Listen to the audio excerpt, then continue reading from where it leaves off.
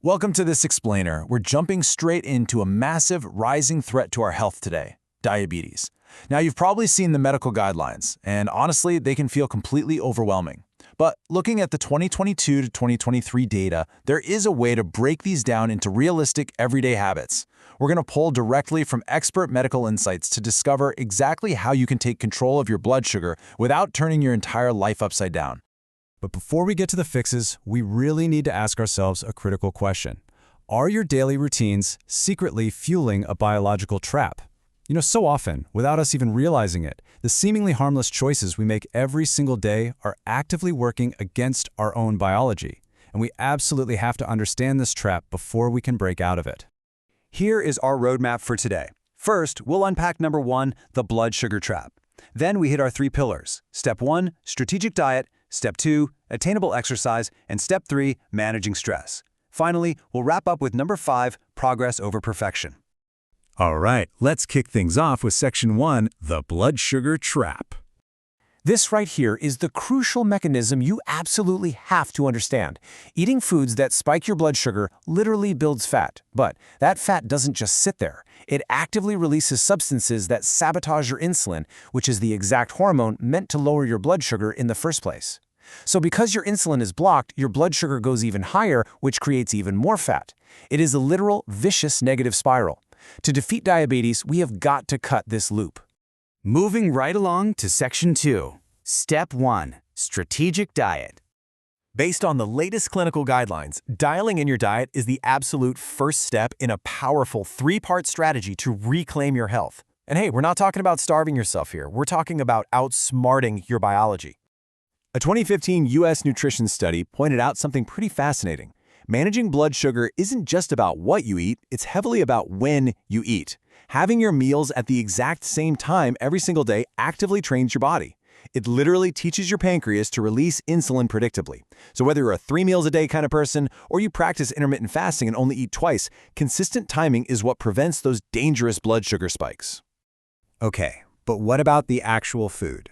The clinical expectations can honestly feel like a punishment sometimes, right? Never eat sweets, eliminate all snacking, overhaul your entire life. No thanks.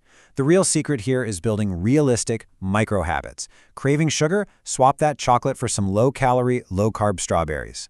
Starving between meals? Grab some tofu or a handful of nuts. And if overhauling your whole daily diet feels like way too much right now, just change your breakfast. Simply start there. Next up, Section 3, Step 2, attainable exercise. So, a 2016 U.S. study laid out the quote-unquote ideal scenario. 150 minutes of weekly cardio plus 3 strength training sessions. That is over 2.5 hours of intense cardio a week. Look, if you're currently doing 0, reading that just makes you want to throw in the towel immediately. But the reassuring reality? Simply walking 1 extra train station or just taking the stairs instead of the elevator is a massive, massive victory. The magic number you want to remember here is 30. Starting with just 30 minutes of walking, maybe twice a week, is fantastic. Or grab some light dumbbells to use at home. Going from absolute 0 to just a little bit of movement is a total game changer for kickstarting your metabolism and naturally lowering that blood sugar. That brings us to Section 4, Step 3, managing stress. A 2010 study out of the Netherlands confirms something pretty wild. Stress actively physically worsens your blood sugar levels. So managing stress isn't just some fluffy wellness trend, it is a vital medical intervention. Practice deep breathing and meditation. Create a dark, quiet sleep environment because poor sleep is essentially just physical stress. Stop packing your schedule so tightly. Build in buffer time so you aren't constantly rushing. And let's be real, human relationships cause a huge chunk of our stress. If your workplace is toxic, consult an occupational doctor or a counselor. You need to treat your stress management as seriously as you treat your diet. And here is where it all brilliantly connects.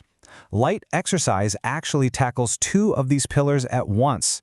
When you go for that 30-minute walk, you're physically burning sugar from your bloodstream, sure, but you're also simultaneously engaging in a powerful, proven stress reliever.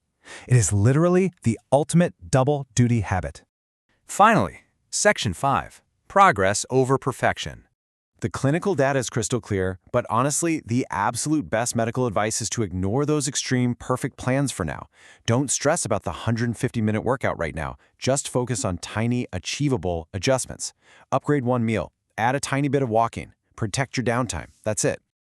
Trying to completely overhaul your life overnight is pretty much impossible for anyone. Like the experts say, don't change everything tomorrow, start with one meal. Be kind to yourself.